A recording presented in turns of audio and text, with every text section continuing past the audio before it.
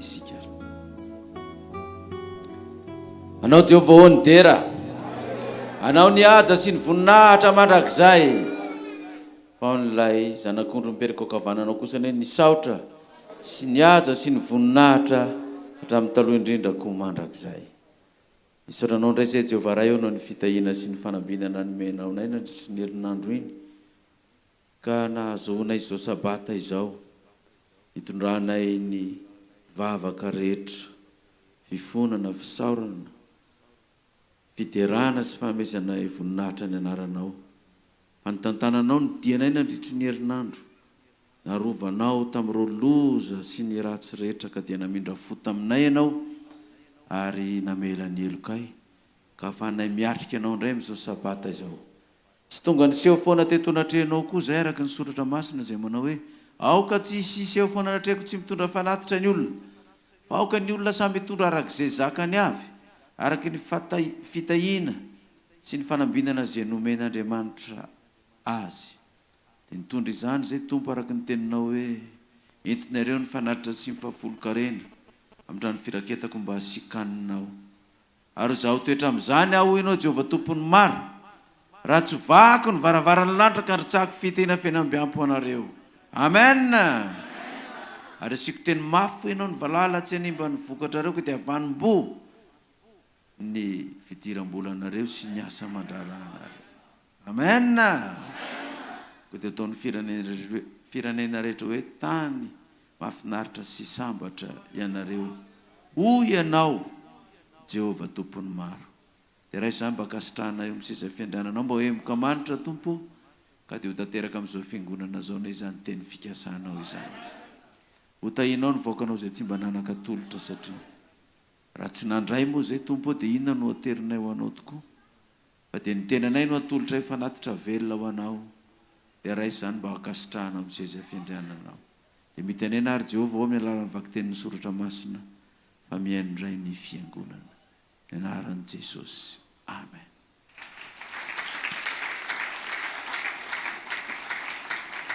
Ianaraka dia manasa antsika mba hamonjy toerana ato atokantrano ato ampiangonana ato, izay manaraka ny hafatra na amin'ny radio na amin'ny FB na amin'ny televiziona amin'izao ora iaonantsika izao. Eto Ambotro Manjaka indray no mivoaka ny hafatra maneran-tany. Androany sabata fa 7 ny volana febroary, sabata ray sisa dia tapitra indray ny volana febroary. Miazakazaka be ny fotoana, dia miarahaba antsika rehetra voaka n'Andriamanitra eto amin'ny paroasy n'Ambotro Manjaka, satria ity ny taona voalohany iaonantsika ifampiarabana tratry ny taona voalohany. Dia mahafaly ny fo mahita antsika eto Ambotro Manjaka, satria dia efa tsy omby ny fiangonana fa dia efa hatrany ivelany ihany ny voaka n'Andriamanitra rehefa paroasiko. Dia miaraba antsika rehetra tratry ny taona homariky n'izay fampiarabantsika izay na tsika ato anatiny any ivelany, da ifampiaraba ifanao fofantanana itsika rehetra. Dia mirary soa antsika amin'ity taona vaovao ity mba ho ambinin'Andriamanitra ny amin'izay atao rehetrarehetra. Ny mpianatra izay mianatra dia ho afaka fanadinana, ny mpiasa dia hitombo voninahitra, ny mpivarotra azo tombony miopampana, ny mpamboly sy ny mpiopy amokatra mihoatra n'izay ny eritreretina, ny manao asa fitaterana dia hitombo hatrany ny fiarakodia ny fitaovana izay hoentina amin'izany fitaterana izany, ary ny tsy salama rehetra dia mba hanana fahasalamana feno amin'ity taona ity. Ka ireo izay mpiasa mpanjakana na mpampianatra na any amin'ny privé dia mba hitombo ny karama ka azo tombony miopampana koa tsika. Izay tsy mananasa omen'Andriamanitra fidiram-bola mahagaga, izay manana tokantrano maniry ny azo taranaka dia azo kambana amin'ity taona ity. Ny voninahitra Andriamanitra.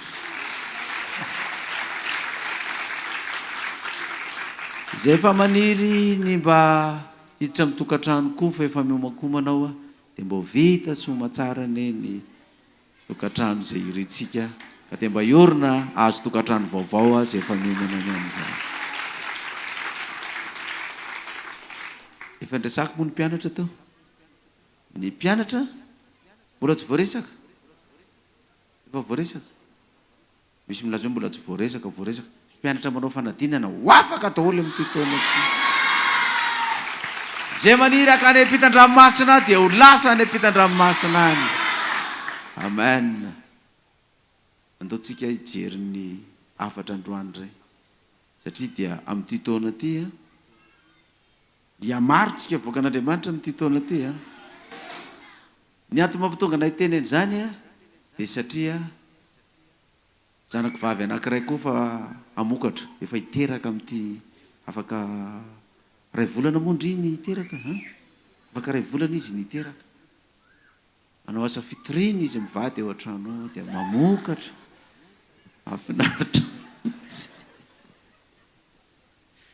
ka porisiany anareo tanora satria zay efa zokonjokony zay sy madama efa tsy dia mavitavita miazakazaka firy fa itsika tanora zay mbola mavita mamokara sa ahoana l'olona ianareo l'olona mbola hitako mbola maromaro koa ny tanora mbola afaka mamokatra ka amokatra be tsika amin'ity taona ty tavoamenina mafy tavomafy miteraka tavien'ny olona manodidina mihitsy atatokantrano ato hoe fiangonana miteraka fa tsy fiangonana momba. Amen.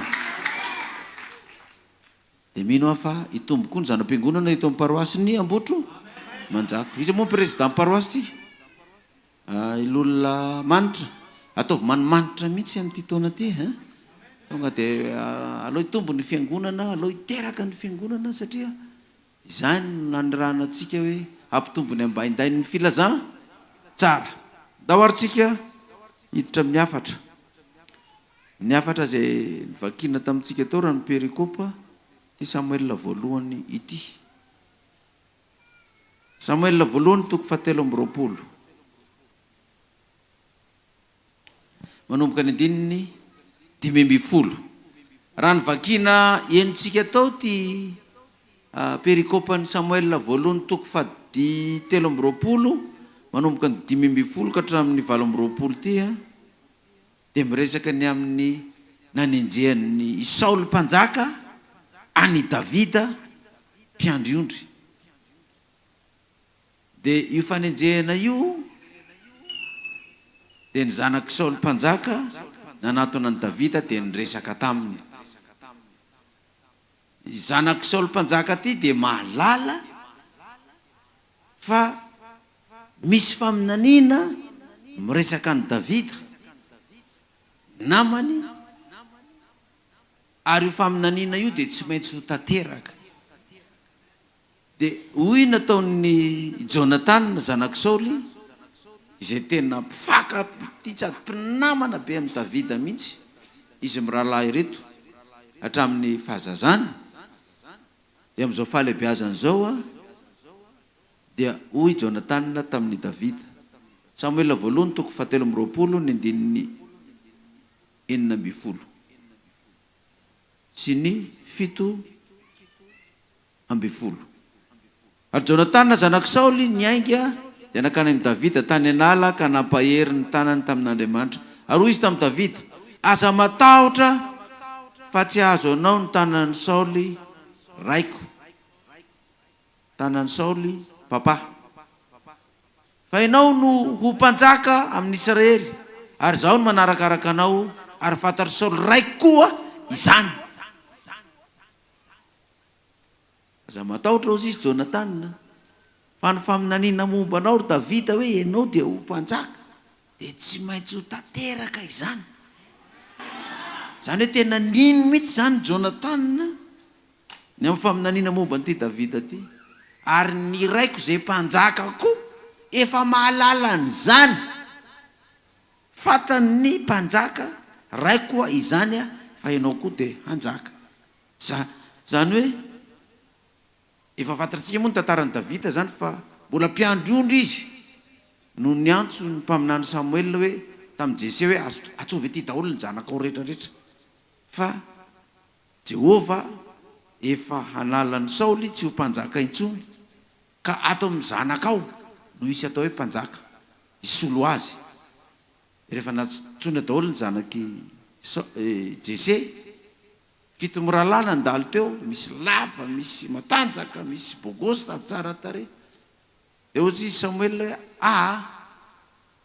tsisy izy daholo reo nasehonao tamiko reo fa Andriamanitra tsy mba mijery ny velany fa ny aompon'ny olona, ka mbola misy zanakao ve ihany sa tsisy intsony, mbola misy ray ihany fa rahalahy, fa io dia mpiandry ondry ny asany, andana atsovo io izy Samuel, fa tsy hinana isika, tsy hinana ty firenen'ny Israely ty raha tsy tonga io fa andana atsovo io aloha vao misakafo tsika.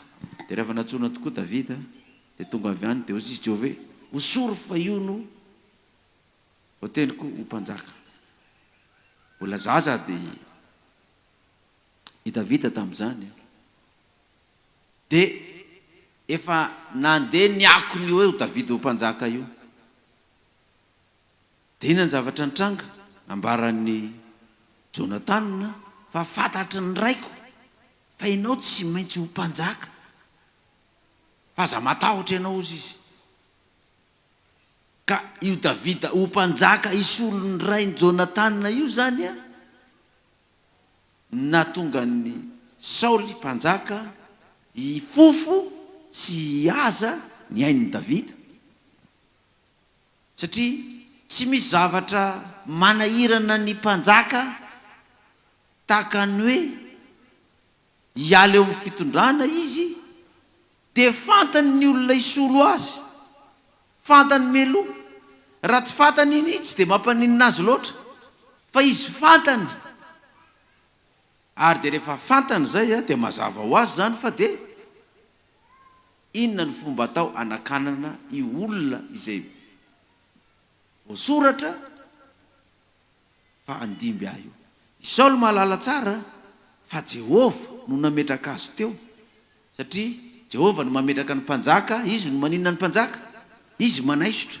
Fantany tsara zany satria Saoly dia tena mivavaka ary dia tena nahalala mihitsy ny Samuel izay nanosotra azy ho mpanjaka. Saoly ary tamin'izany dia nilaza hoe inona moa zay za no atao Jehova ho mpanjaka.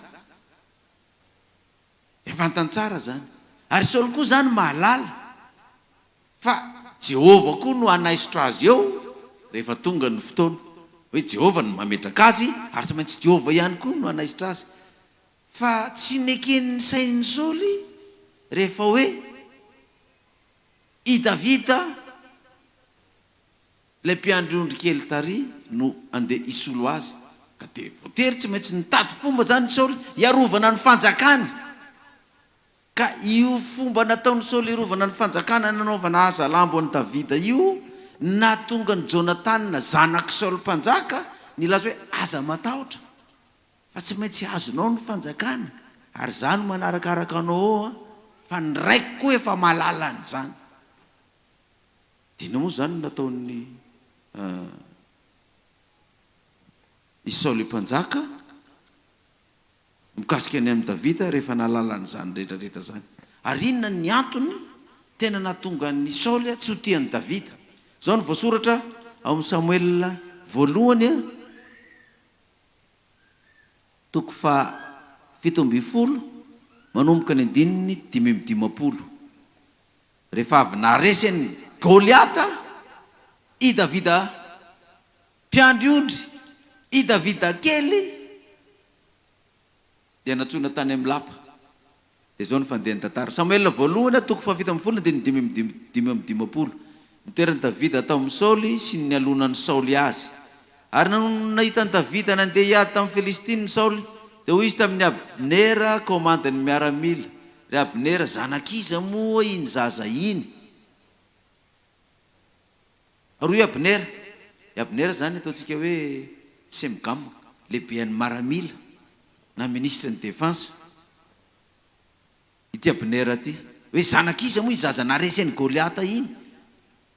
Ary Abnera raha velona koa iny ianao ry mpanjaka, tsy fantatry velively satria zavatra tsy avy taty amintsika iny tsy taty amin'ny lapa fa voaka avy amin'ny fotsiny izy de izy no afaka iady amin'ny Goliata io.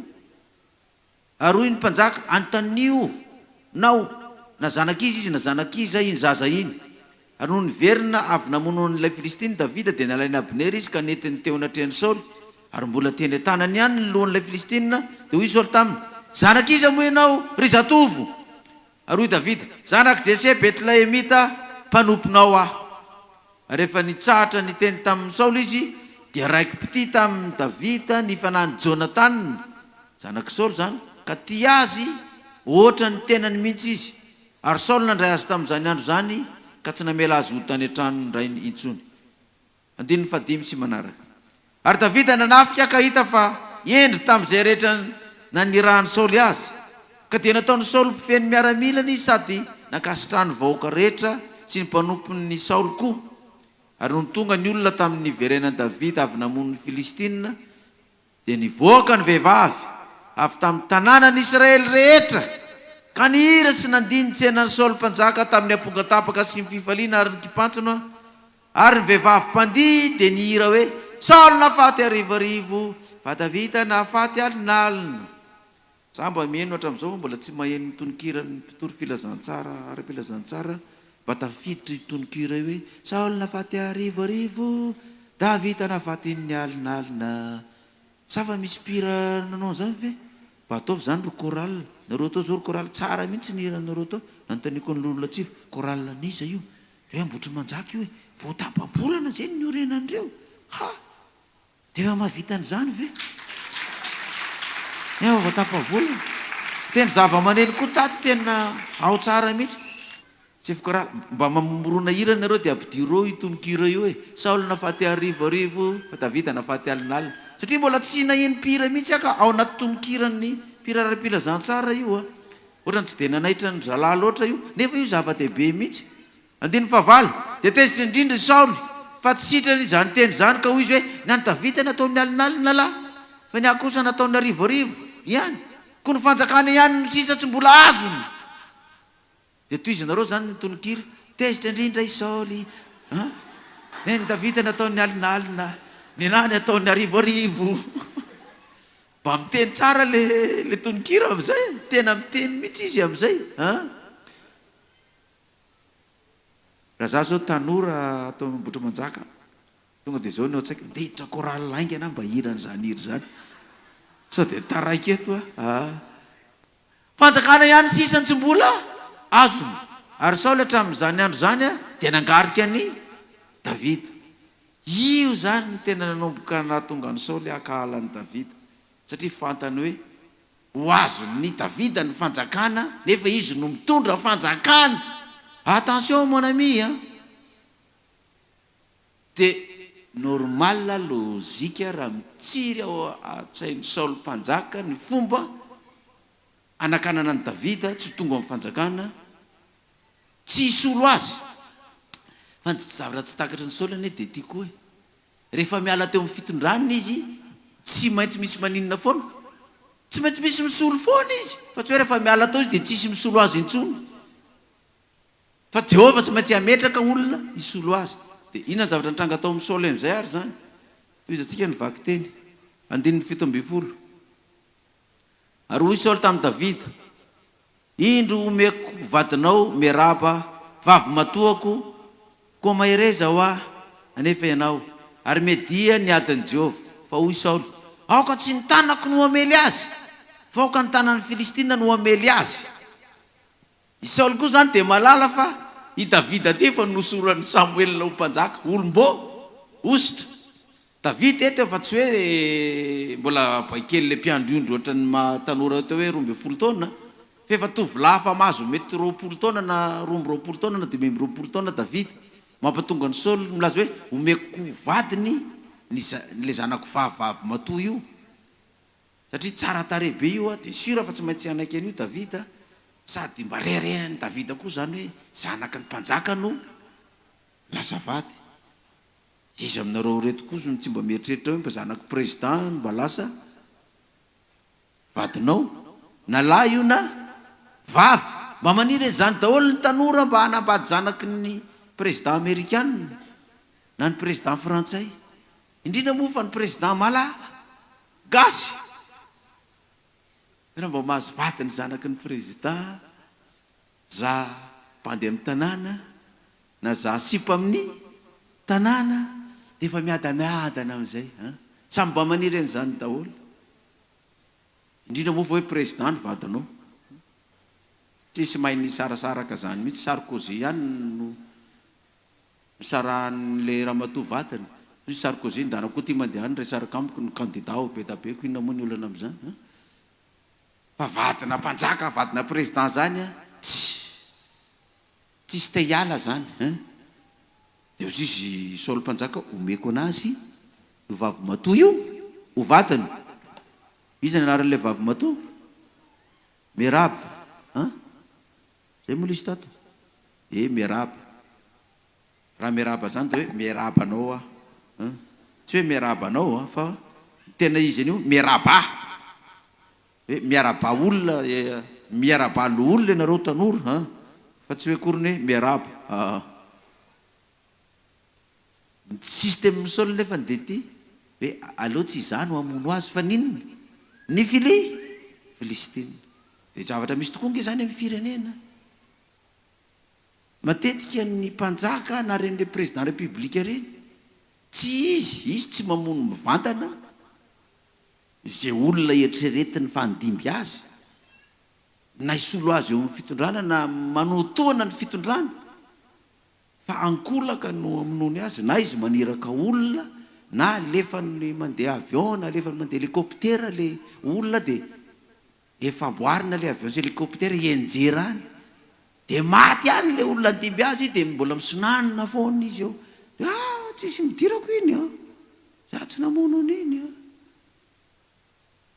Raha zany zao tsika teto zao fa nisy filoham-pirenena nisy namono vao nankalazaina tamin'ny herinandro ty, na tamin'ny herinandro lasa iny. Raha ty amin'ny herinandro tsika meny tory-teny nafatesandra Tsimandravy, satria filoham-pirenena misy mamono be da be. Ny filoham-pirenena misy mamono, fa ny filoham-pirenena koa na ny mpanjaka mamono ny olona zay eritreretiny fa andimby azy koa. Dia io ny système ny Saoly zany hoe aleo ny Filistine no amela azy fa tsy za. Dia ny 20 hoy Davida tamin'ny Saoly, zinona moa ary manao ahoana ny toetry ny mpianakavy ndraiky ho amin'ny Israely no vinatony mpanjaka kanjo noho tamin'ny andro tokony ho namoana ny Meraba zanaky Saoly ho vadiny Davida, dia nomeny ho vadiny Adriela Meolatita izy. Fa Mikala zanaky vavy Saoly kosa dia tiany Davida, satria mifanerasera milapa ao zany. Dia ozy izy Mikala hoe rehefa tsy lasa ndry ihany aky Davida, za ty azy tena tiako Davida. Mba manaova anarana zanako koa hoe Davida. Fa reny tena tiany zanaky ny mpanjaka mihitsy reny manana anarana Davida reny. Ka rehefa mba Davida zany ny anaranao dia mandalindalova amin'ny zanaky ny mpanjaka ao. Satria za mbola manana zanaka vavy mbola tsy manambady, fa raha vao Davida mety manana chance.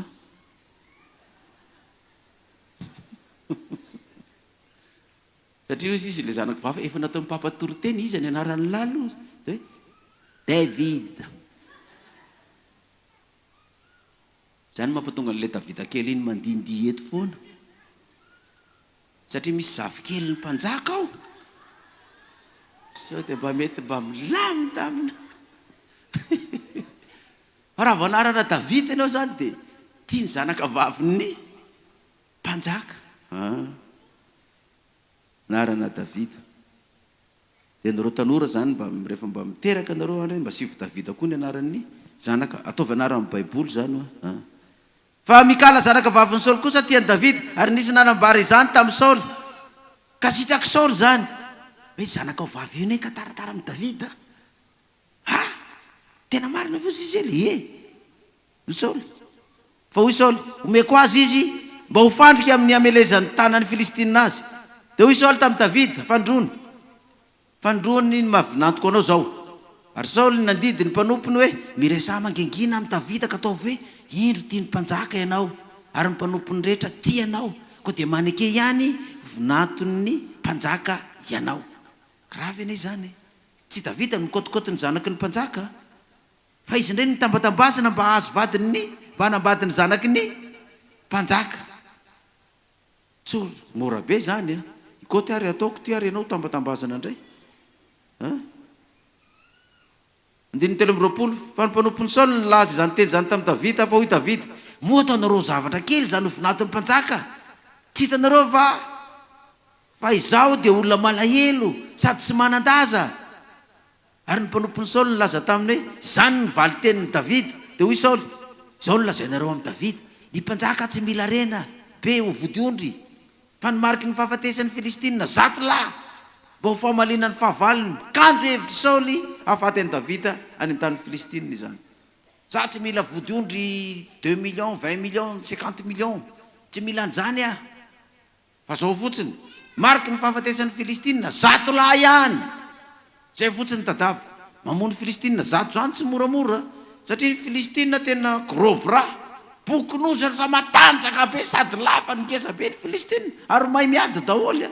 Dia alefa fotsiny zany Davida hiady any fa rehefa maty any Davida milaminy Saoly amin'ny mpanjaka marika 100 lahy fotsiny fa za tsy mila vodiondry 50 tapitrisa na 4 millions na 4 milliards tsy mila an'izany fa zay ihany na ny tadavy satria rehefa mangatabaty dia tsy maintsy manome vody ondry.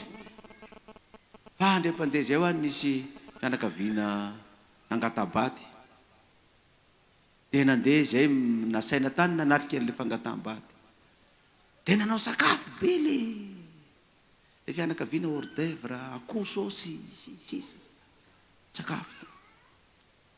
Vita ny fangataham-bady dia nanolotra an'ilay valopy amin'izay. Rehefa avy eo naheno zay resaka tesitra be le tompon'ilay fanambadiana le ray aman-dreny ary 100 ny favodiondrina men'ilay zalaka.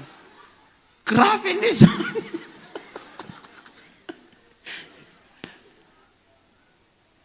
Ary 100 fa tena saikrava ho aly izy hoe zany ve mba olona nambadiny zanakay vodiondro ve dia ary 100 ranga na dia loza iny. Le zalako na zalahy tsy mivaky loza zay koa izy fa dia ary 100 fotsiny dia efa zakako an'io izy.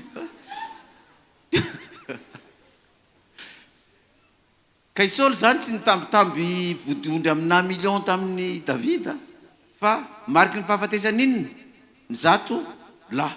9:20 ary rehefa nambarany mpanompony Saoly tamin'ny Davida izany teny zany dia sitraky Davida no vinanton'ny mpanjaka ary raha tsy mbola tapitra ny fiatrano dia niainy Davida ary raha nandeha izy tsy ny olona ka nahafaty Filistina 200 lahy.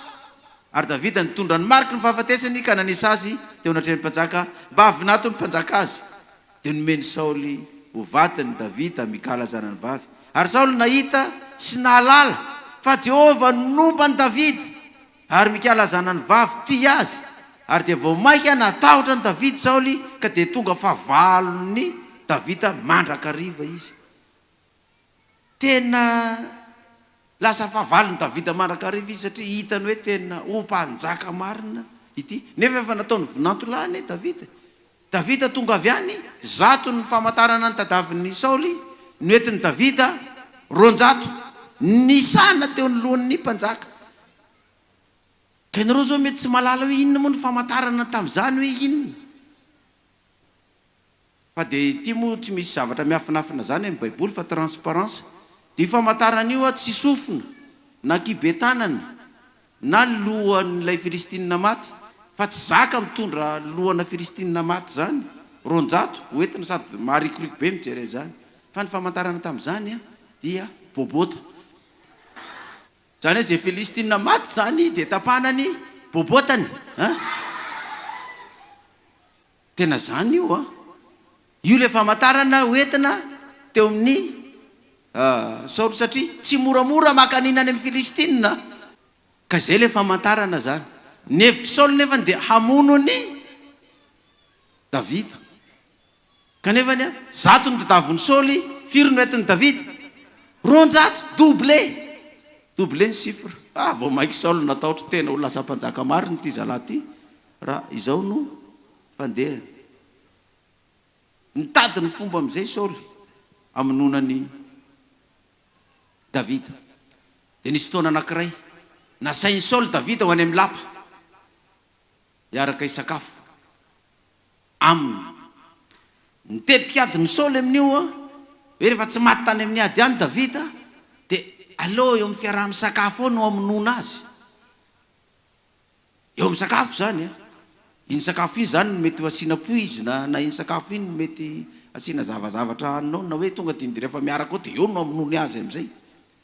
De Jonathan zanaky Davida, zanaky Saul ndray no niteny tamin'ny Davida hoe fa tena mifofy ny ainao mihitsy data ozy izy, fa manasy anao isakafo izy fa za manoro-hevitra anao aza manatrika ny sakafo ao ianao fa eo no amonony anao. Tena lefa tenen'ny Jonathan ny Davida tana milefa ozy izy fa tena efa fantatra fa mono aminao izy. De tonga tokoa ny fiaraha misakafo. De nanontaniany Saul am'izay Jonathan, ary aizy Davida ozy izy manitsy tsy miaraka misakafo amintsika eto. Satria Jonathan sy Davida tena mifanao fatotra mifankaty be mihitsy, malala n'izay zavatra mitranga rehetrarehetra eo. De namaly Jonathan. Samuel voalohany toko 20 andininy 17 ka hatramin'ny 17 ny vakitsika. Samuel voalohany toko 20 andininy 17 ka hatramin'ny 17. Ary noho tamin'ny andro faharoa dia ny ampitso ny tsinam-bolana ka mbola foana ihany ny fipetrahan'ny Davida dia hoy Saul tamin'ny Jonathan zanany, ahoana tsy mba nahatongavany zanaky Jese ihinana omaly sy androany? Ary Jonathan namaly an'i Saul hoe, Davida niera fatratra tamiko hakany Betlehema nanao hoe masiny ianao aoka andeha aho, fa izay mianakavy manao fanatitra ny tanàna ka sainy rahalahiko makany aho. Ko ankehitriny raha mba mahita fiteo masonao masiny ianao aoka andeha aho hamangy ny rahalahiko. Ka izany no tsy mba nahatongavany teto amin'ny latabatry ny mpanjaka. Nefa lainga io zany de ny 30 de nirehatra tamin'ny Jonathan ny fahatezerany Saul ka hoy izy taminy, ianao zanaky ny vehivavy maditra sy mpiodina, mo tsy fantatrao va fa mifidy ny zanaky Jese ianao hoenatra ao, tsy hoenatry ny kibony reninao, fa raha mbola velona ety ambony tany koa iny zanaky Jese iny de tsy ho tafatoetra tsara ianao na ny fanjakanao, ko mandrahaka azy akaty amiko fa meloka tokony ho faty izy. Move tsy fantatra ozy izy Saul maty ny zanany Jonathan fa raha mbola velona iny Jese iny de tsy ho hipetraka eto amin'ity seza fiandrianany ity ny dadanao sy ianao, ary ianao ngeny andimby ara miala eto kanefa ny raha ohatra ka tsy maty iny de iny nisy olo antsika eto ty tena olona zazalahy adala tsy saina mihitsy ty. Ary de saika ho vonoany Saul mihitsy le zanany satria nirehitra ny fahatezerany Saul, tena nirehitra mihitsy hoe zavatra tokony eo no amelezana azy. Ravo zany tena mamy amin'le olona mihitsy le seza le fanjakana ka zay mikitikitika anao de tena de hopotena sy ho vonoana hatramin'ny farany mihitsy. De nitoy ny tantara ary tonga eto amin'ny telepérikopa atsika ty tsika toko 720. Zay zany ny antony nampatonga ny Saul tena akala ny Davida satria mikitikitika ny fanjakana. De tonga amin'ny perikopa atsika toko 720 nitady ny fomba rehetra am'izay Saul andeha amonona ny Davida, nanao ny fomba rehetrarehetra mihitsy. Ary ny zavatra misy de ity Samuel voalohany toko 720 andininy 520 andininy 7 tsika no miditra. Ary niakatra nakany amin'ny Saul tany Gibeany Zifita ka nanao hoe tsy mery any aminay ao mibatery fiarovana any anala any amin'ny avoana alky izay atsimo ny hevitra va Davida, ko ankehitriny ry mpanjaka araka ny faniriny fonao hidina midina ianao fa azonay atolotra eo tananao atanan'ny mpanjaka izy. Ary hoy Saul, hotainy Jehovah ne ianareo fa ianareo mamindra fo amiko, masina ianareo mandehana hevero indray ka tsongoy tsara ny diany ary fataro zay nahita azy tany fa manao saina lalina de lalina hono izy ko zaho tsy fantaro tsara ny firenena rehetra zay ireny de miverena ahity amiko indray ilaza marimarina ary zaho de hiaraka aminareo koa raha mitoetra amin'ny tany izy dia ho tadiaviko erany arivo ny jota rehetra. Dia nangenaka ny zifta ireo ialohan'ny Saoly. Fa Davida sy ny olony dia tany amin'ny efitra mahona tamin'ny tany ay atsimony efitra, ary nandeha Saoly sy ny mpanompo nitady azy, ary nolazaina tamin'ny Davida izany. Dia nidina tany amin'ny aram-bato izy ka nitoetra tany amin'ny efitra mahona. Ary noho nyreny Saoly dia nanenjika any Davida tany amin'ny efitra mahona izy. Ary Saoly nandeha tany amin'ny lalan'ny tendrombohitra iray, fa Davida sy ny olona tamin'ny ilany kosa. Ary niezaka mafy handoso Davida noho ny taony any Saoly. Fa Saoly sy ny olona saika nahodidina ny Davida sy ny olony ary nisambotra azy. Ary dia nisiraka tonga tany amin'ny Saoly nanao hoe, avy miverenay ianao fa ny Filistina efa manafika ny tanàna. Dia niveriny Saoly tamin'ny nanenjeny any Davida, ary dia nandeha niady tamin'ny Filistina. Ary anaran'izany tany zany dia nataony hoe Sela Amelekota. Raha mijery io tsika dia jereo fitsara zava-dehibe amin'io dia zao hoe tamin'izany zany ny agent de renseignement dia tena matanjaka be koa. Nefa mbola tsisy telefônina, tsisy portable, tsisy ninona, fa tena fantatra mihitsy vao mahita ary Davida tonga dia ndefa mandeha tonga any amin'ny Saoly ny filazana. Fa neny Davida koa ny agent de renseignement koa matanjaka be. Fa rehefa tonga hanafika azy Saoly dia maheno koa Davida. Zany hoe ao an-dapa ao zany misy mamoaka secret any amin'ny Davida koa.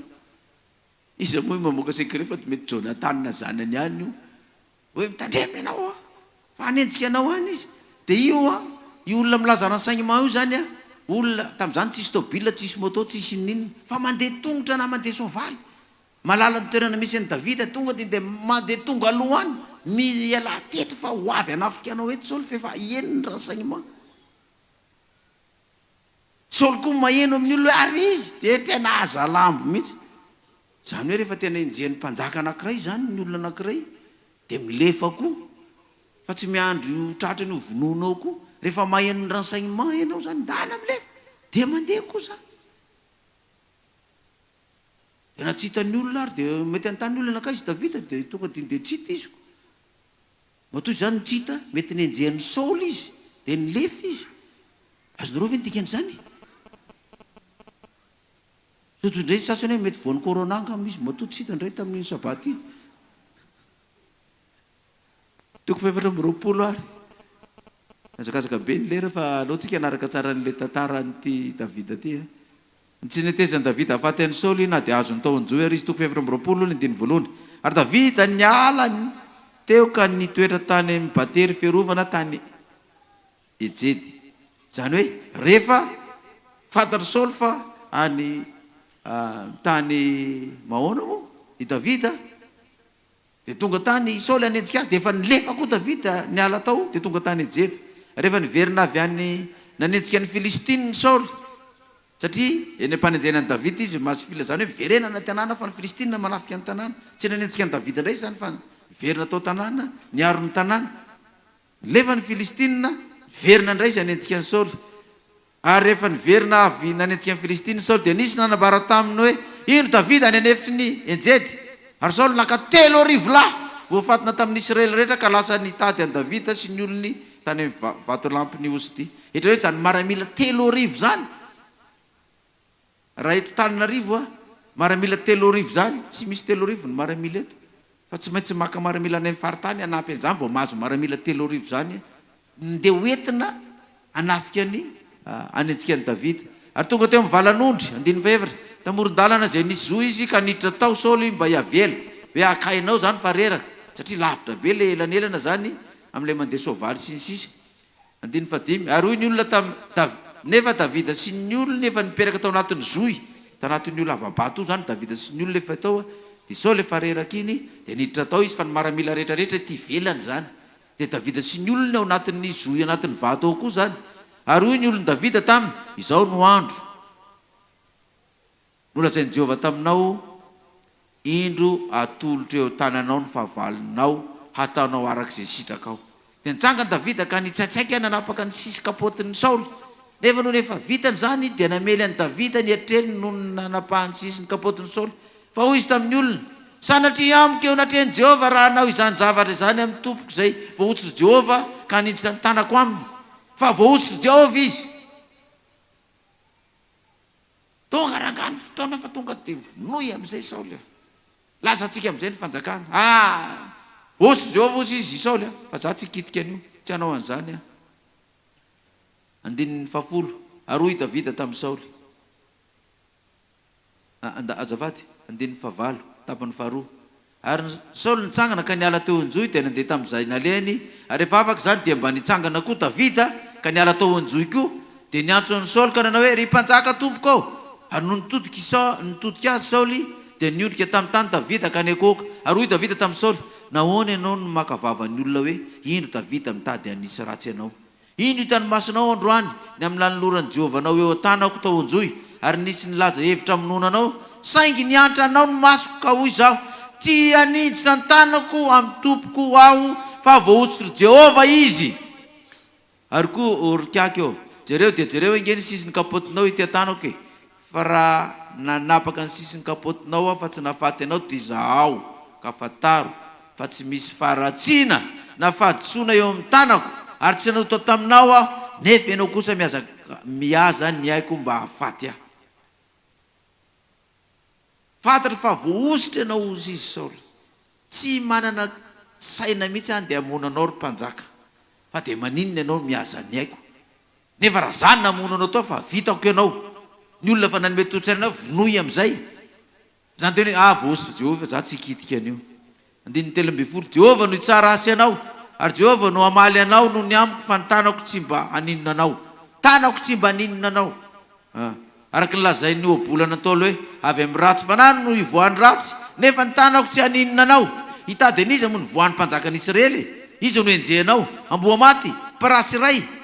Aoka Jehova no ompitsara ka dia hitsara ahy sy anao, ary jery sy andahatra ho ahy ka anafaka ahy amin'ny tananao. Ary noho ny vita izany teny nataony Davida tamin'ny Saoly izany, dia hoy Saoly, fenao ve izany ry Davida zany aoko? Ary hoy Saoly, ary Saoly nananatra ny feno ka dia nitomany. Ary hoy izy tamin'ny Davida, marina noho izaho ianao, fa ianao dia nanisoa, fa izaho kosa namaly ratsy ianao. Ary ianao dia naneo androany nanaovanao soa tamiko, fa na dia natoro Jehova teo tananao dia tsy nahafaty ahy ianao. Fa moa raha misy olona mahazo ny fahavalony, havelany andeha somatsara va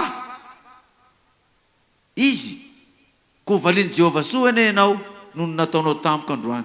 Ary indro ankehitriny, dia 120 zany indro ankehitriny, fantatro fa ho mpanjaka tokoa ianao, ary ny fanjakan'ny Israely ho tafatoetra tsara eo tananao. Ko mihinina amiko amin'ny Jehova ianao ankehitriny, fa tsy handringana ny taranako andimby ahy ianao, ary tsy ho vonoinao amin'ny mpianakavin'ny raiko ny anarako. Ary Davida dia nianina tamin'ny Saoly, ary dia lasa noto Saoly, fa Davida sy ny olony kosa niakatra nakany amin'ny bately fiarovana. Ozy izy Saoly mpanjaka. Andininy 120. Ary indro ankehitriny fantatro fa ho mpanjaka tokoa ianao, ary ny fanjakan'ny Israely ho tafatoetra eo tananao. Ko mianina amiko ary, fa tsy hanao valifaty politika amiko ianao ry Davida. Zany hoe i Jonathan zany dia efa nilaza tamin'ny Davida hoe aza matahotra ry Davida fa tsy maintsy ho azonao ny fanjakana. Zanak' Saoly io zany fa eto i Saoly mpanjaka mihitsy, satria efa nilazainy Jonathan hoe efa fantatry ny raiko fa ho mpanjaka ianao ry Davida. Dia eto ny rain'ny Jonathan mihitsy zany nilaza hoe tena fantatro izy izy fa ho mpanjaka tokoa ianao, ary ny fanjakan'ny Israely ho tafatoetra tsara eo an-tananao. Efa tonga ho fanjakana zany Davida, zay vo hitoetra tsara io fanjakan'ny Israely io. Fa amin'ny andron'ny Saoly zany mbola korotana politika ambony ambany ao amin'ny tanànao. Grave zany fanjakana zany. Tsisy andeha amin'ny laoniny io fanjakan'ny Saoly io zany. Tena naiky Saoly hoe tena rehefa tonga eo ianao ry Davida vo ilamina io fa zao kosa ny ary mba minina amiko ary fa za hoekeko hoe ianao nisy olo anay eo zany, zay nge tiany Saoly lazainy, fa mba minina anao amiko hoe tsy ianao valifaty politika amin'ny taranako sy amin'ny anaran'ny taranako sy ny fianakaviako ianao.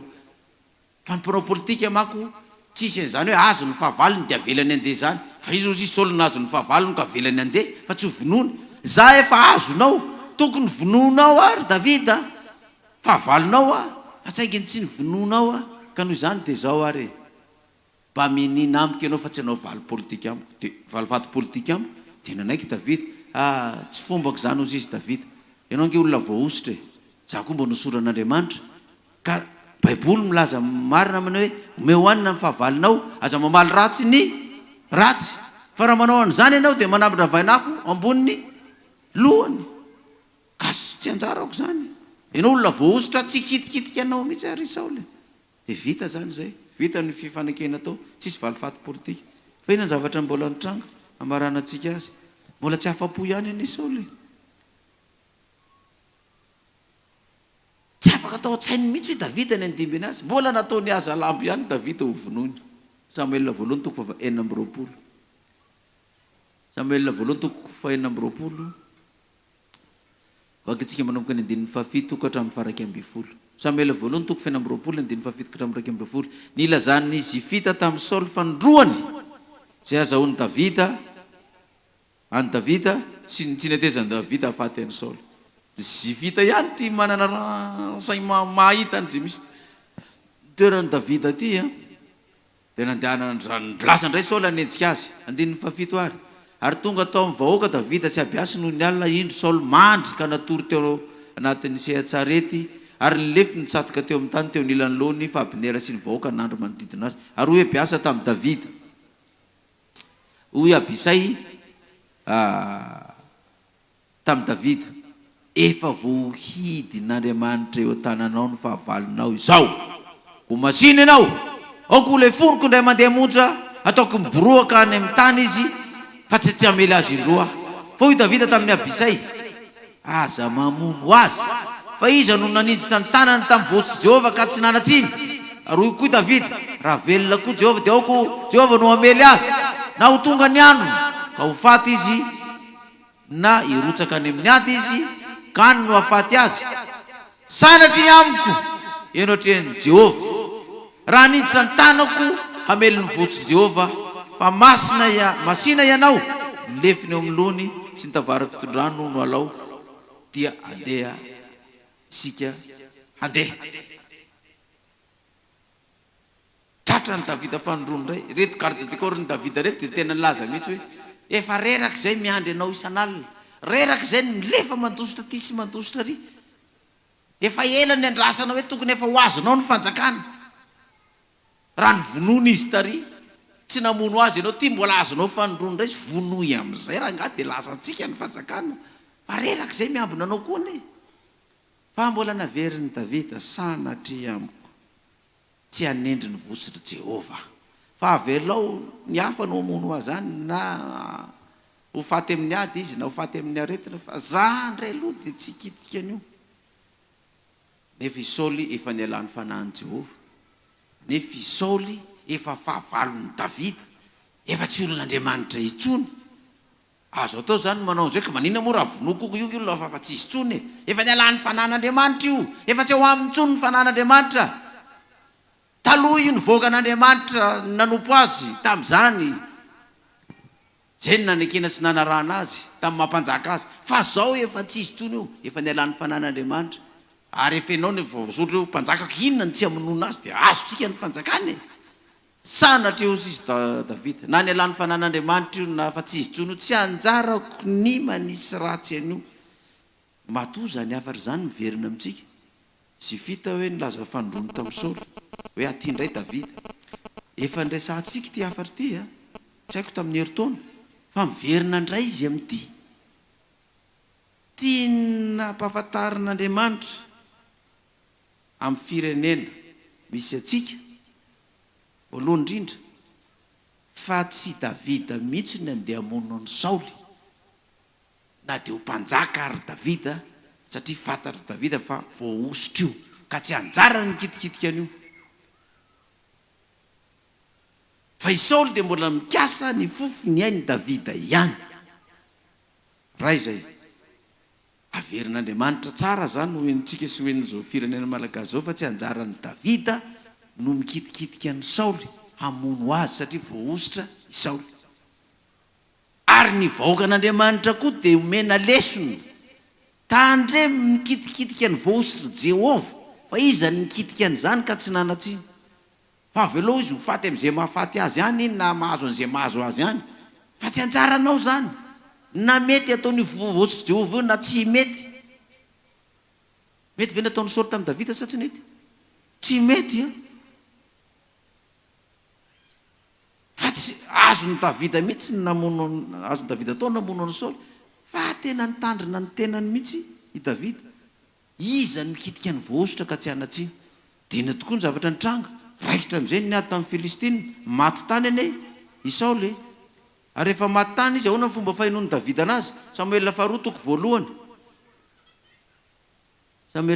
voalohany novakitsika nataony Davida rehefa nareny nafatesany Saoly sy nira fisaonana netiny taminy andininy fatelo andininy voalohany vakitsika sy ny manaraka zany ary noho ny maty Saoly ary niverina avy namono any Amalekita Davida dia nitoetra tao indroandro tao Ziklag izy ary tamin'ny andro fahatelo indro nisy lehilahy iray tonga avy tany amin'ny miaramila ny Saoly trietra ny akantony sady nioso tany ny lohany ary rehefa tonga teo amin'ny Davida izy dia niakohoka tamin'ny tany ka nitsaoka ary hoy Davida taminy avy taiza ianao dia hoy izy afaka nandosotra avy tany amin'ny tobiny Israely ary hoy Davida taminy nanao izay ny tany masina ianao ambarao amiko dia hoy izy ny olona nandosotra tamin'ny ady ary be ny miapatrapatra sy maty ary maty koa Saoly sy Jonathan na zanany ary hoy Davida tamin'ilay zatovy ny teny taminy ahoana rangatiny nafantaranao fa maty Saoly sy Jonathan na zanany ahoana nafantaranao an'izany dia nanambara tamin'ilay zatovy nanao hoe sendra tao tendrombohitry Gilboa ary indro Saoly ny tena tamin'ny lefiny ary indreo ny kale sy ny mpitaingitsovaliny nanenjika azy mafy dia nerika izy ka nahita ary ny antso ahy izy ka hoy izaho ity aho ary hoy izy tamiko iza moa ianao dia hoy izaho taminy amalakita ary hoy indray izy tamiko matsina ianao atony kely ako avonoy fa marary mivokona ozatra fa mbola ato anato ihany ny haiko dia nanatona azy ka namono azy satria fantatra fa tsy ho velona ihany izy rehefa resy ka dia nalaiko ny saribonany teo andony sy ny fetanany teo amin'ny sandriny ka netiko ety amin'ny tompoko zany satria fantatra fa ianao no andimby azy dia tia sariboninahatry ny Saoly omenanao zany fa maty Saoly miditra amin'izay zany ianao amin'ny fanjakana dia niraisiny Davida ny fitafiny ka nitriariny andiny 1:12 zany ary mba nanao toy izany koa ny olona rehetra tao aminy ary ny Saoly sy ny tomany sy ny fahadianina mbaraparivan'ny andro izy noho ny amin'ny Saoly sy Jonathan na zany sy ny olon'ny Jehova ary ny taranak'Israely satria lafitsabatra ireny ary hoy Davida tamin'ilay zatovy nanambara taminy avy aiza ianao ary hoy izy zanaky ny vahiny Amalakita aho dia hoy Davida taminy nahoana ianao tsy natahotra niditra ny tananao hamono ny votsy Jehova nahoana ianao tsy natahotra ny tananao haniditra hamono ny votsy Jehova dia nanto zatovy anankiray Davida ka nanao atony io ka vonoy dia nasiany ka maty ary hoy Davida taminy aoka ny rahanao eo alohanao satria ny vavanao ihany no efa niampanganao nanao hoe zaho namono votsy Jehova ary ao tsara ane zany tantara zany dia jereo ny zava-miafina amin'izany rehefa voatantaran'ilay zatovy lany nafaten'ny Saoly sy Jonathan vokona ny fonony Davida tao fa nanontaniany tsara ilay zalahy ty iza marina moa ianao ty aloha dia Amalakita zaho izy zany hoe sao dia mba olona voaositra koa ilay zalahy namono any Saoly ty fa aleo aloha ka naransaignement tsara iza moa ianao fa ho vonoko ty ozy izy Davida fa namono ny votsy Jehova kanefa ny alohany aminoko anty andraso aloha antaniko ady adiko tsara hoe iza marina aloha ianao dia Amalakita afa firenena zany voaositra zany sa tsy voaositra tsy voaositra zany donc ty zany raha vonoko tsy mampaninona ozy izy Davida satria tsy olom-boasitra ty vavanao ihany ozy izy miampanganao ka dia afaka mirahanao fa vonony ianao fa namono ny olo voasitra Jehova dia tena lesona mbola naverina zany mamono ny voasitra Jehova zany inge amin'izao fotoana zao tsy arabaky teny hoe ndeha dia rako antsy any izy dia tifiriko basy ny voasitra dia zay fireny teniteny faniratsirana fanevantevana fanalam-baraka tsy fanekena ny voasitra Jehova reny efa izy daholo reny natao hoe mamono ny voasitra Jehova reny natao hoe mamono ny voasitra Jehova fa Davida tena nitandrina ny teniny hatramin'ny farany mihitsy tsy anjara ny tsara n'io voasitra Jehova na teny ratsy an'io na anao an'io na dia mifofony aiko ary io na dia manao zavatra tsy manjara ary io tsy anjarako zany Zahay tandrina ny tenako an'izany. Fa le amalakita tsy mahalala hoe voaositra Saoly. Izy ary baiko no mena anazy. I mpanjaka mihitsy nde vonoy aho izy fa efa tena sotratrandreo Filistina tsy miforo reo. Efa netiny Davida teo ny lokony 900 isa tamin'ireo fa hitako vonoy aho. Baiko ny mpanjaka io izy gefatry fa tsy velona ihany izy. Ina moa nitsiniko an'izany izy raha mono azy a. Dia nasiako izy. Ty ny saribonina marika fa maty izy. Enao ndray ny mpanjaka amin'izao. Ozy izy Davida. Ahoana ianao tsy matahotra aniditra ny tananao fotsy Jehova e. Ka efa tsy voasitra tsony fa efa nialany fanan'Andriamanitra iny e. Matoa izy maty tany. Zany hoe le olona voasitra zany mandra-pahafatiny iny ositra iny. Dia mananatra antsika fiangonana. Raha malala tsika hoe voasitra iny na zao zaba mikitikitika an'ireny raha tsy tahita raharaha itsika. Fa maromaro ny voasitra atao amintsika fiangonana. Na inona dalàna ataon'ireny. Avy aloha Jehova anao amely azy fa ianao tandremo ny tenanao. Tandremo ny tenanao. Tandremo ny vavanao koa. Vava mipetsopentson'io koa. Tsy mahafetena. Ahita loza amin'ireny tsika. Avelantsika any iny fa mazava angambany amin'iny. Fa tsy maintsy ho mpanjaka Davida. Dia ohatr'izany ihany koa ngety Matthieu 12 ty. Ny fariseo koa. Matthieu 12 miperekopa tsika. Ny fariseo koa dia malala. Fa i Kristy dia ho mpanjaka. Dia niasa tamin'ny fariseo koa Satana. Hoe hovonoina koa Jesosy. Hovonoina amin'ny fomba rehetrarehetra koa. Satria tsy manaiky Satana hoe i Jesosy koa no mpanjaka andimby azy ao. Ka dia izay tady andimbindimby ny sezanay sy ny fahefana sy ny fitondranay zay mikitikitika an'izany tombontsoana zay dia hovononay daholo. Dia indreny teknika nataon'dry lahy Matthieu 12:7. Ka hatramin'ny faha 7. Ary noho niala teo Jesosy dia niditra tao amin'ny sinagoga ary indro nisy lehilahy maty tanana teo. Ary ny olona nanontany azy hoe mety va ny manasitrana amin'ny sabata mba hiampangana azy. Ary hoy izy taminy iza moa ny olona ao aminareo raha manana ondry anankiray ka latsaka ny akady amin'ny sabata no tsy handray azy sy hampakatra azy ary tsy mihoatra lavitra noho ny ondry va ny olona.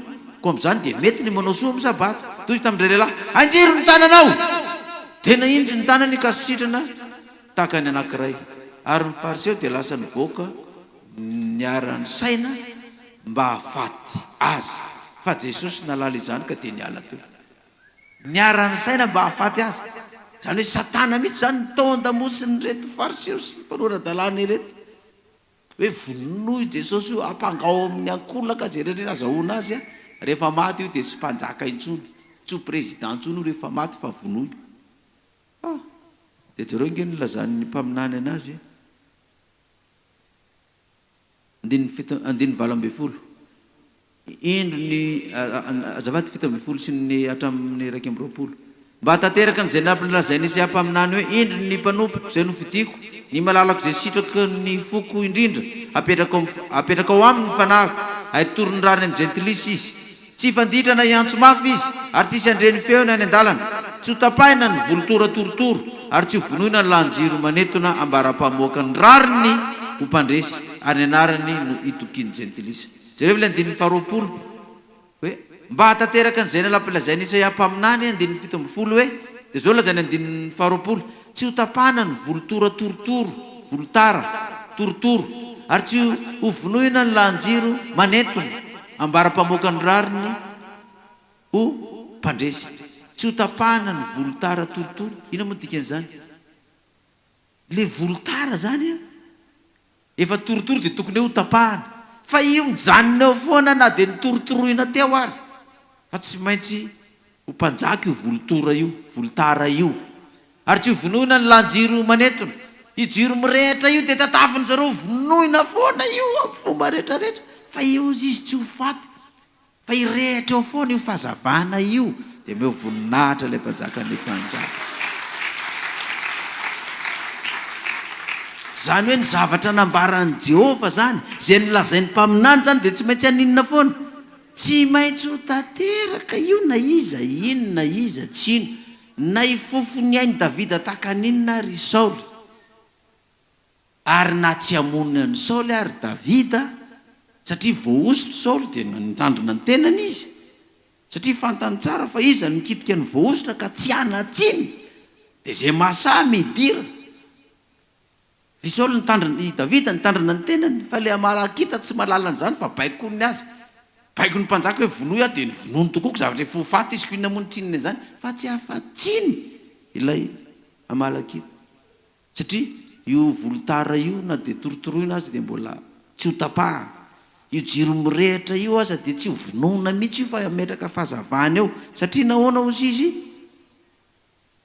mbara-pamoaka ny rary no mpandresy ary ny anarany no itokin'ny jentilisa. Fireo jentilisa rehetrarehetra ireo dia itoky ny anaran'i Jesosy izay torintsika io eran'izao tontolo izao. Amen. Amaranantsika azy amin'ny tinana an'izay rehetrarehetra zay le Hebreo teo. Hebreo toko fahenina. Hebreo toko fahenina amaranantsika an'izany afatra izany. Raisitsika manomboka ny 14 ka hatramin'ny 12. Hebreo toko fahenina 14 ka hatramin'ny 12. Fa izay efa no hazavainy indray mandeha sady efa nanandrana ny fanomezana avy any an-danitra sy efa nandray ny fanahy masina ary efa nanandrana ny teny tsara an'Andriamanitra sy ny hery ny fiainana ho avy nefa miemitra dia tsy azo avoziny indray ho any amin'ny fibebahany satria manombo ny zanak'Andriamanitra indray amin'ny azo fijaliana ka manao azo ny famenarana. Fa izay tany mifoka ny ranonorana milatsaka matetika ka maniry anana tsara ho an'ny olona esana azy dia mahazo fitahiana avy amin'Andriamanitra. Fa izay maniry tsilo sy songisongo kosa dia lavina sady akaiky ny ozona ary ny hafarany dia hodorana. Izay efa no hazavainy indray mandeha sady efa nanandrana ny fanomezana avy any an-danitra tsy efa nandray ny fanahy masina. Tsika izany matoantsika mbola tavela eto. Tsy hoe tsika ny mendrika, tsy hoe tsika ny tanteraka. Fa ahoana moa izy ny teny fanevantsika amin'ity taona ity. Fa fahasoavana no namonjenanareo izy amin'ny finoana. Tsy avy aminareo zany fa avy amin'Andriamanitra. Izany hoe itsika izany matoa mbola tafapetraka eto dia tsy hoe akoriny hoe tsika ny masina, tsika ny marina, tsika ny tanteraka. Efa navozina tsika tamin'ny alalan'ny fanahy masina io fa nandray ny afatra sy ny teny tsara. Zany afatra omenantsika zany ny teny tsara zany hoe aza mikitikitika ny vosotra zany fa ahita loza. Kefa nandray ny fanomezana ny fanahy masina dia tafatoetra eto ianao. Fa reo namantsika rehetrarehetra lasa reo ny mba naniry koa mba ho ety foana hatramin'izao hoe fa tsy tafapetraka. Fa itsika matoa mbola tafapetraka dia zay ilay fahasoavana namonjen'Andriamanitra antsika tsy avy amintsika hoe tsika ny endrina mahalala fa Andriamanitra mihitsy nanome zany famonjena zany ka mbola napetrany eto itsika dia mbola averimberiny foana ny afatra. Averimberiny foana. Za gaka hoe efa nandeha io tamin'ny herintaona finy mbola iverenany io afatra io indray. Dia tiana afatra izy zany manao hoe itsika zay efa no hazavainy indray mandeha sady efa nanandrana ny fanomezana avy any an-danitra, efa nandray ny fanahy masina ary efa nanandrana ny teny tsara an'Andriamanitra sy ny herin'ny fiainana ho avy. Nanandrana ny teny tsara an'Andriamanitra, ny herin'ny fiainana ho avy. Zany hoe mbola misy hery sy fitahiana ho avy zany anatanteran'Andriamanitra ny teniny amin'izao vaoakan'Andriamanitra zao sy ny fiangonana ka itsika izay efa nahazo an'izany fahazavana zany nefa miembotra dia tsy azo avozina indray amin'ny fibebahana satria nanombo ny zanak'Andriamanitra amin'ny azo fijaliana ka nanao azo famenarana. Zany hoe niembotra ny verin-dalana indray. Ela loatrako, ela loatra le fivian'i Kristy, ela loatra le Kristy anjaka. Tsy reraka fotsiny anao manompo azy eo nefa tsy hita akoriny zany. Tsy alora anga miverina manao fiainana indray fa tsy ny olona ry manao fiainana mahazo ny arena rehetra miadana.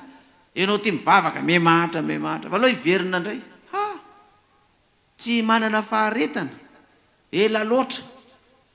Izany moa nataony zanak'Israely tamin'ny Mosesy niakatra teny an-tendrombohitra naka ny 10. Ela loatra Mosesy dia inona ny zavatra nitranga? Nanao inona zareo? Sary omby volamena. Lasa nanao sary omby ela loatra zany ohatra tsy andrinay zany dia nanao sary omby volamena. Ka itsika rehetrarehetra zay efa navoziny indray mandeha, efa nanandrana ny fanomezana avy any an-danitra sy nandray ny fanahy masina, nanandrana ny teny tsara an'Andriamanitra sy ny herin'ny fiainana ho avy nefa miembotra dia tsy azo avozina indray ho amin'ny fibebahana satria nanombo ny zanak'Andriamanitra amin'ny azo fijaliana ka nanao azo famenarana. fa zay tany mifoka ranonorana milatsaka amin'ny matetika ka maniry anana tsara ho an'ny olona iasana azy dia mahazo fitahiana avy amin'Andriamanitra. Ianao io tany ilatsahan'ny fanahy masina io, ianao io tany ilatsahan'ny ranonorana ny fanahy masina io. Ka raha mamoa tsara ianao zany dia andray fanomezana sy fita ina, andray fanomezana sy fitahiana. Fa zay maniry tsilo sy songosongo kosa dia lavina sady akaiky ny ozona ary ny hafarany dia hodorana. Iny moa toe maniry tsilo sy songosongo. Efa mazava zao ny tenin'Andriamanitra dia mbola manome tsiny vositra Jehova ihany. Efa mazava zao ny tenin'Andriamanitra dia mbola tsy manana finoana ihany. Tonga amin'ilay lazaka hoe be finoana amin'tsy finoana. Efa mazava zao ny tenin'Andriamanitra dia mbola miverin-dalana ihany. Renina toe maniry tsilo sy songosongo dia fantatra ny hafarany zany fa tsy maintsy hodorana. Dia safidy moa ny atsika fa za manafatra fotsiny eto, tsisy manery ny olona na iray azy amin'izany ny hafatra zany. 9:7 nefa ry malala na dia miteny izany azy izahay dia manantena zavatra tsara ny aminareo dia izay momba ny famonjena. Meo voninahitra ilay mpanjakany mpanjaka. Na dia lazaina amintsika aza zany hafatra izany dia manantena izahay zavatra tsara ny aminareo dia izay momba ny famonjena. 10:10 fa Andriamanitra tsy mba tsy marina hanadino ny asanareo sy ny fitiavana zay nasehonareo voninahitra ny anarany raha manompo ny olona masina ianareo sady mbola manompo ihany. Andriamanitra io tsy mba tsy marina ka hanadino ny asa fanompoana zay nataontsika. Tsika zao tsy haiko ny diakona nandamina tato ny rehetrarehetra nanao ny voninkazo na mafantrano sy ny sisa mitendry zava-maneno dia mitendry mba isy ny voninahitran'Andriamanitra. Ny tokopira dia mihira. Itsika dia hoe misy fanohanana ny asa M7000 dia manao tsika 5,000 ane isan-kerinandro no atao. Manao mihoatra tsy ferana dia misy manao mihoatra n'izany. Raha sitrapon'Andriamanitra ho tokanana amin'ity zao ny radiotsika efa any amin'ny 4e étage.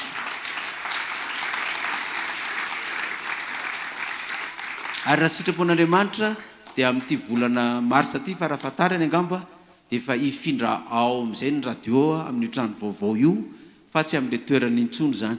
Dia manao rakotra atsika radio.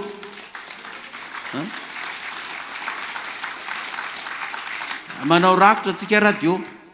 Dia io rakotra ny radio io no ampiny foibe hanaovana n'io trano efatra 4 étage misy appartement 7. Io trano 4 étage io zany. Appartement anankiray zany misy efitra 3 miaraka amin'ny livine, douche sy ny cuisine ary ny WC. Appartement anankiray zany. Dia io radio io nefa no nandraisantsika ny fanahy masina tamin'ny hafatra ka mahatonga tsika mbola tafatoetra eto dia manao ezaka tsika. Dia manao ezaka koa tsika zao ny traboina. Mandrapatonga nyty farany volana février ity no andraisana ny fanampiana avy amintsika rehetrarehetra. Dia satria mbola misy cyclone mihodihody koa ao dia hoe aleo fa tapitra tanteraka ny cyclone dia mba mizara amin'izay zany tsika zay mba fotsika amin'ireny namantsika ireny na vary ray kapoaka. Dia misy olona tena manatitra vary ray kapoaka, tena vary 10 kapoaka, 5 kapoaka tena teriny eo amin'ny foibe izay mba nanana.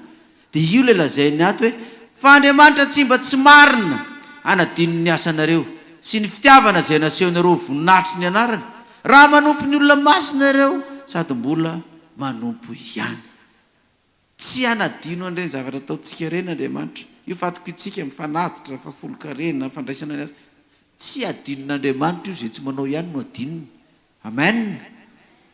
Ny ena le amen le tsisy nanao amen daholo le tsy manao hoe maty fa tsy adinon'Andriamanitra zany. 12 sy 12 ary mbola irinay ianareo rehetra samy anao izany fahazotoana izany mba azo fatokina be ny amin'ny fanatanterahana hatramin'ny farany mba tsy hiketraka ianareo fa nahaka ireo mandova araky ny teny fikasana amin'ny finoana sy ny faharetana. Ary mbola irinay ianareo rehetra samy anao izany fahazotoana izany mba azo ny fatokina be amin'ny fanantenana hatramin'ny farany. Menan'Andriamanitra ny nidera sy ny voninahitra mandrakizany. Haleluya. Amen. Manasa antsika ritsangana hivavaka hisaotra an'Andriamanitra. Ndeha ary tsika hivavaka hisaotra an'Andriamanitra. Vavaka tsika hisaotra an'Andriamanitra. Jehovah Andriamanitra raha eo. Misaotra anao izay amin'ny hafatra izay nomenao anay. Misaotra koa izay ny amin'ny fananao masina izay ampahatsiahana hatrany fa izay dia efa naozavainy indray mandeha sady efa nanandrana ny fanomezana avy any an-danitra. Izay dia efa nandray ny fanahy masina, efa nanandrana ny teny tsara an'Andriamanitra sy ny herin'ny fiainana ho avy. Dia ny fanahy masina ny ampahatsiahanay fa raha miemotra izay dia tsy azo avozana indray ho any amin'ny fibebana satria nanombo ny zanak'Andriamanitra indray amin'ny azo fijaliana ka manao azy ho famenarana. Ny fanahy masina dia efa nampianatra anay ny amin'ny tantaran'i Davida. Fa i Davida aza na dia efa dia nalala fa na efa nialan'ny fananao aza i Saoly, na efa nifofony ainy amin'ny noho izy nialan'ny fananao dia nitandrina ny tenany Davida ka tsy nanendry ny votsotry Davida, votsotry Jehovah. Fa hoy Davida hoe alao izy ho faty amin'ny ady na ho faty amin'ny aretina fa sanatria amiko raha za no anendry ny votsotry Jehovah na dia mifofony aiko aza izy. Dia mba ampianaro izany koa zay Tompo, mba tsy hanao tahaka n'ilay Amalakita izay tsy nalala ny soratra masina satria tsy no azavaina indray mandeha tamin'ny fanahy masina, tsy nanandrana ny fanomezana avy tamin'ny fanahy masina izany Amalakita izany ka dia nanendry ny votsotry Jehovah ary dia tsy ela dia teo ny valy tamin'ny rany satria nikitika ny votsotry Jehovah.